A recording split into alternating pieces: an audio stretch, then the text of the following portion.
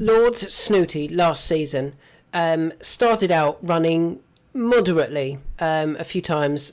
Galway, Haydock, Wincanton. You can see these efforts here. 7th, 6th and pulled up. Then, after the turn of the new year, he ran 2 really good performances and 2 quite duff performances. His second at Haydock, behind Cuthbert Dibble, was a very good performance for a couple of reasons. One, Cuthbert Dibble was the 6-4 favourite that day. Having won at Chepstow, he then went to Haydock and won that, the Pertemps qualifier, and then went to the Pertemps Final and finished 3rd behind Montmirail and Kintara. So that looked a really good performance, finishing 2nd to Cuthbert Dibble from Lord Snootie. But also, if you watch the race, he was in touch, and then all of a sudden, he dropped out. Looked like he was completely going to finish tailed off. Turning into the straight, he was well behind, having been up there with the pace. And then all of a sudden, he got going again. And he started flying, and I think he jumped all of the hurdles really nicely down the straight, and I thought he was going to get up to win it. We were on him that day, and I was gutted that he had ran so poorly for most of the race before absolutely flying home and then just missing out. And, you know, if he'd been able to keep up or just kept switched on for the earlier part of the race, he would have probably won that. We then backed him at Uttoxeter, back over the 3-mile trip, back at Uttoxeter where he'd run well before. He'd finished 2nd to Chalon in a handicap. And he ran no sort of race whatsoever. Went off the 4-1 favourite. Apparently the tongue strap, he hated it that day. It's come off since then. And dropped out, never got involved, disappointed. Then he went to Aintree, tongue strap off, and he bounced back again. He finished 2nd. And he finished 2nd, beating 2 Dan Skelton horses that I think were very well handicapped.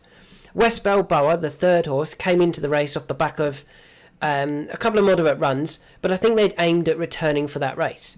He'd won the handicap. She had won the handicap at Aintree off 135, was returning off 141, went off the 11-4 favourite. Harry Skelton chose to ride, and Lord Snootie beat her.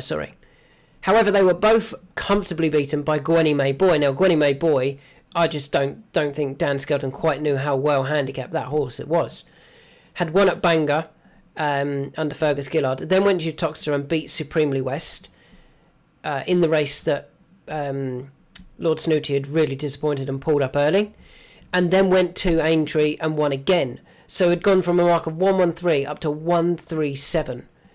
So I think Lord Snootie splitting 2 very well handicapped horses was a very, very good effort. I didn't think there was anything wrong with that at all, to be honest.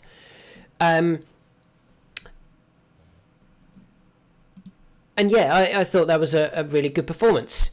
Looks like the type of horse that's going to be aimed at the Pertemps Final again, or the Pertemps Final this year. He then went to Haydock, having previously ran okay behind Slate Lane in the Stayers handicap hurdle in November, and ran his disappointing run again. Prominent for most of the way, mistake 2 out, dropped away, never closer after that. Really disappointing run. He looks very frustrating. Maybe over hurdles he just doesn't switch on early enough, and it wouldn't surprise me if they actually went over fences with Lord Snootie, but I would quite like to see them stick to it over hurdles. Go back for that qualifier at Haydock in February. I'd probably run him in the Stayers handicap hurdle at the beginning of the season, then go for the qualifier. If it works, you then go for the Pertemps Final. And I think if he gets some soft ground, he's nicely handicapped of 127 still. The horses he was beaten by when he ran well were both very well handicapped, Gwenny May Boy and Cuthbert Dibble. Yes, he's also run some very poor races, so he doesn't look consistent, but I do think there's a nice race or two in Lord Snootie when things go to plan.